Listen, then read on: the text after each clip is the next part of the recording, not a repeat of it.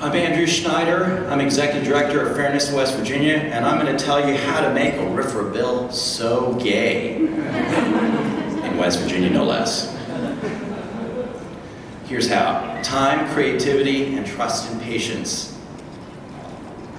So, in the wake of marriage equality, Speaker of the House Tim Armstead revealed who the March of Progress had left behind.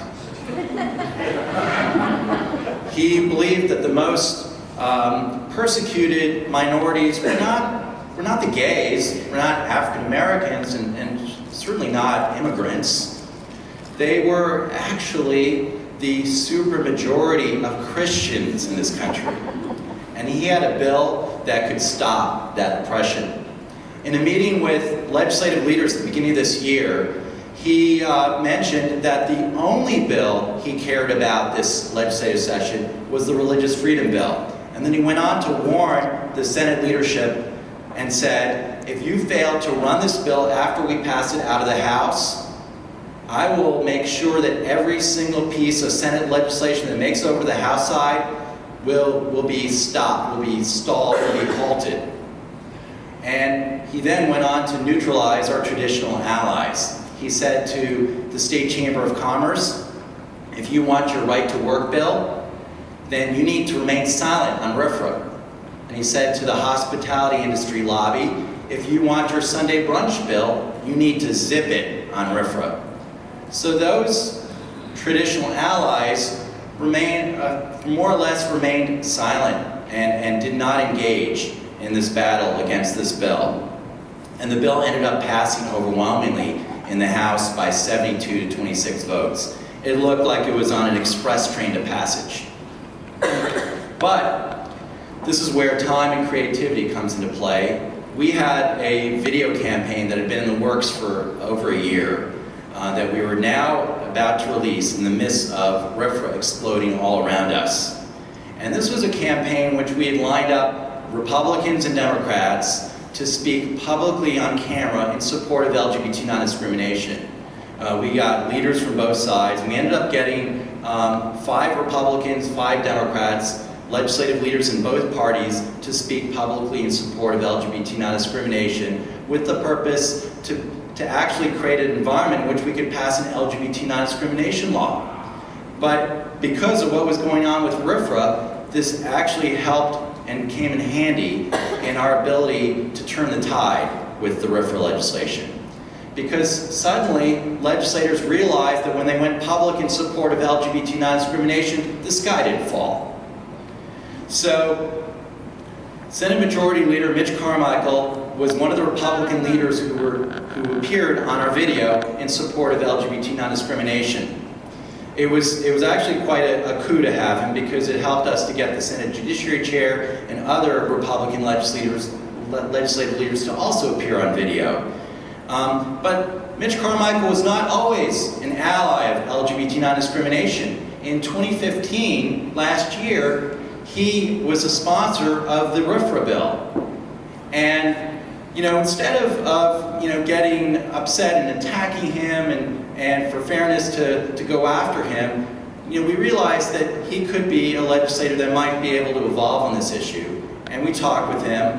And on the other hand, my arch nemesis, the president of the West Virginia Family Policy Council, committed probably one of the most cardinal sins of lobbying by lying to a legislator.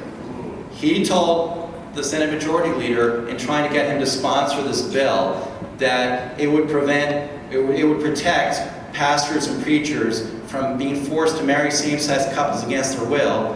And when he discovered that that was actually not the case, he felt misled and took his name off the bill, which rarely happens in the legislature. When it does, it's a sign that a huge breach of trust has occurred. So it was building that trust with the Senate Majority Leader on a number of occasions that really helped us when we really needed a big ask from him. And this was we knew we couldn't defeat the RFRA bill on a vote by itself. We had to do something a little more creative, and that was by virtue of an amendment that we were hoping to attach to the RFRA bill that would prevent it from undermining the non-discrimination laws in West Virginia. And the majority leader agreed to support that amendment. But through the course of the remaining days of the session, he wavered a little bit, and it required some additional conversations, some additional support, and ultimately, not only did he support the amendment, but on the floor of the Senate, he broke down in tears and he delivered an impassioned speech why he felt it was necessary to support this, even despite churches in his district arguing against it. And as a result, he not only voted for it, but so did a number of other Republicans we didn't even think we had on this amendment. And the amendment passed 22-13. And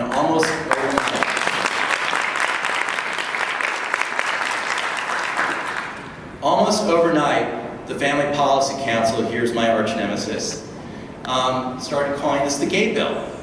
Because, God forbid, we take away their right to discriminate. And now this was a bill that they didn't want to support at all. And the sponsors of the Senate legislation, who were also calling it the gay bill now, indicated that they were going to vote against their own legislation. And when it came down to the Senate vote, it was defeated by 27-7.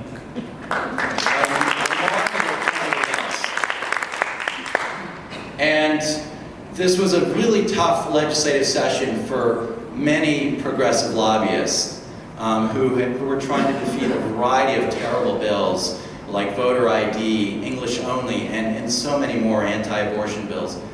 And so a lot of my progressive lobbyist friends, after this upset victory, came over to me with their bad bills that they wanted to defeat and asked me to touch them so that their lives could become gay too. But, as you now know, it's more than just simple touching of a bad bill. It requires time, creativity, and trust and patience. Thank you.